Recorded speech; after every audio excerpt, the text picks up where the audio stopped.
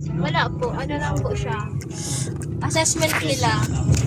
Kaya po, sana, try ko siya na hindi ko siya natabihan. So, tama yung instructions. Kausapin ko mamaya sa MQ. Siguro sa bakasyon, mag-practice siya ng gano'n. Opo. Kahit yung mga lumang exam po, Opo. tapos siya Ito nga po, alam magsasalita. po nasaan yung pretest nito. Kasi wala naman dun sa niya, wala naman Pre-test ng ano po. Ito po, Grace Math pretest. Kasi ito po post-test na. Nangyari yung pre-test niya.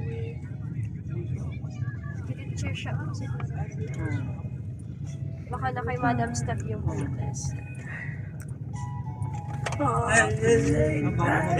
Yung magna po siguro na MQ yung pretest nito. Oo, siguro first niya. Opo, first quarter. First week ng